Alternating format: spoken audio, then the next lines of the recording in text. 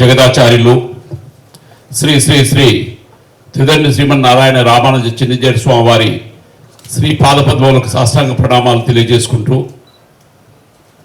ఈరోజు హైదరాబాదు ఇప్పుడు ప్రపంచంలోనే ఒక మంచి మెడికల్ హబ్ కింద తయారైంది. ఎందుకంటే నిష్ణాతులైనటువంటి పెద్ద పెద్ద డాక్టర్స్ ఇప్పుడు ఇక్కడే పార్టిసిపేట్ అయిన వాళ్ళు డాక్టర్ నాగేశ్వర రెడ్డి గారు కానీ, గురువారెడ్డి గారు కానీ, భాస్కర్రావు గారు కానీ, వీళ్ళందరికీ టీచర్గా వివరించినటువంటి చంద్రశేఖర్ కానీ, అట్లే వేదప్రకాష్ కానీ, ఇంతమంది పెద్దలు, అలాగే మనందరి గురువైనటువంటి స్వామివారి యొక్క ఆశీస్సులతో ఒక సదుద్దేశంతో ఇప్పుడు ఎందుకంటే సూపర్ స్పెషాలిటీ హాస్పిటల్స్లో సర్జరీ, క్రిటికల్ సర్జరీస్ ఏదైనా చేస్తారు ట్రాన్స్ప్లాంటేషన్తో సహా. అయితే post operative care focus it's very very important. ఇప్పుడు 2 days 3 days సర్జరీ అయిన నెక్స్ట్ డే పంపించేస్తూ ఉన్నారు. తర్వాత లైఫ్లో క్రిటికల్ కేసెస్ను అక్కడ తీసుకోవడం కష్టంగా ఉంటుంది. వాళ్ళకుంటే రష్ అనుకోండి, ఫ్రెషర్ అనుకోండి. ఈ రీహాబిలిటేషన్ సెంటర్లో ఒక ట్రీట్మెంటే కాదు, ఇక్కడ డాక్టర్స్ కానీ, నర్సెస్ కానీ, స్టాఫ్ కానీ they have to be really super specialisation. వాళ్ళు మనసు పెట్టి వాళ్ళ సొంత కుటుంబ సభ్యుల కన్నా ఎక్కువగా ఆ పేషెంట్ను, ఆ పెయిన్ మేనేజ్మెంట్ను, ఆ క్రిటికాలిటీని హ్యాండిల్ చేయాల్సినటువంటి అవసరం ఉంటుంది. ఎందుకంటే ఒక పేషెంట్ ఒక సూపర్ స్పెషాలిటీ హాస్పిటల్లో సర్జరీస్ అయినాక ఎక్కువ రోజులు ఉండాలంటే అక్కడ ఫైనాన్షియల్ లయబిలిటీస్ కూడా పడుతుంది. ఈ యొక్క మన భారతదేశం లాంటి దేశంలో రెండు ఇంపార్టెంట్.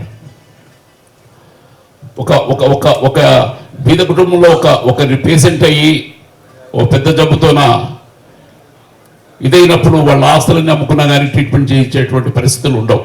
అది మనకు తెలిసిన విషయం. అందుకే ఇక్కడ డబ్బు కన్నా ఎక్కువ వాళ్ళ కమిట్మెంట్ లెవెల్స్ రీహాబిలిటేషన్ సెంటర్లో ఎక్కువ ఉంటాయి. ఇవి చాలా తక్కువ ఉన్నాయి. నేను స్వావార్తలో ఒకటి బంజారా హిల్స్లో లాస్ట్ స్టేజెస్లో క్యాన్సర్ పేషెంట్స్ వాళ్ళు పెయిన్స్ భరించకుండా ఉండే స్థాయిలో వాళ్ళు కూడా చిన్న స్థాయిలో ఒక ఇంట్లో చేశారు. అక్కడ పేషెంట్స్ అడిగినప్పుడు వాళ్ళు ఎంతో రిలీఫ్. వాళ్ళకి తెలుసు కొన్ని రోజుల్లో చనిపోతామని, అయినా ఆ కొన్ని రోజులు ఒక నరకయాతన ఉంటుంది. స్పర్శ స్వామివారు ఇటువంటి వాటికి చాలా ఇంపార్టెన్స్ ఇస్తారు.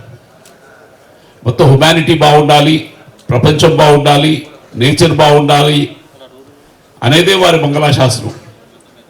వారికంటూ ఏది ఉండదు. వారి యొక్క ఈ ప్రపంచమంతా బాగుండాలనే అటువంటి సంకల్పంతో ఇటువంటి వాటికి వారు పర్సనల్గా రావడము, ప్రోత్సహించడము. డాక్టర్ ఆనంద్ నాకు కాలేజీల నుంచి, నాకు 2 years జూనియర్, కాలేజీల నుంచి చాలా యాక్టివ్గా ఉండేవాడు. నేను వ్యాపారానికి వచ్చినాక ఆయన ఉద్యోగం చేసుకుంటేవాడు అక్కడ ఆదిలాబాద్లో.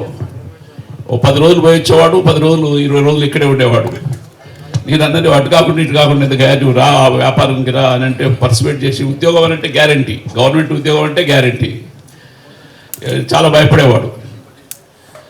అదృష్టం కొద్దీ పెళ్ళైన తర్వాత ఆ జ్యోతి ఇచ్చిన కట్టిన డబ్బులతో 25,000 పట్టుకొని డాక్టర్ సాబ్ నాకు ఇవే ఉన్నాయి, బిజినెస్ మొదలు పెడదామని ఆయమ్మడి బిజినెస్ మొదలు పెట్టేవాడు.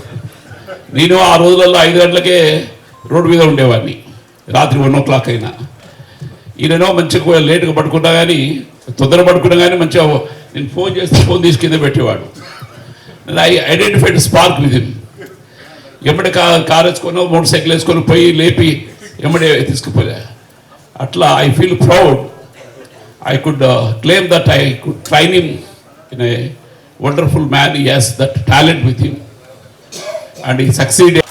మా గురువు గారిని, ఆ దేవుణ్ణి ప్రార్థిస్తూ ఇక్కడ ఎంతోమంది సంతోషంతో వాళ్ళు రికవరీ అయ్యి వెళ్తారని ఆశిస్తూ జై శ్రీమన్నారాయణ.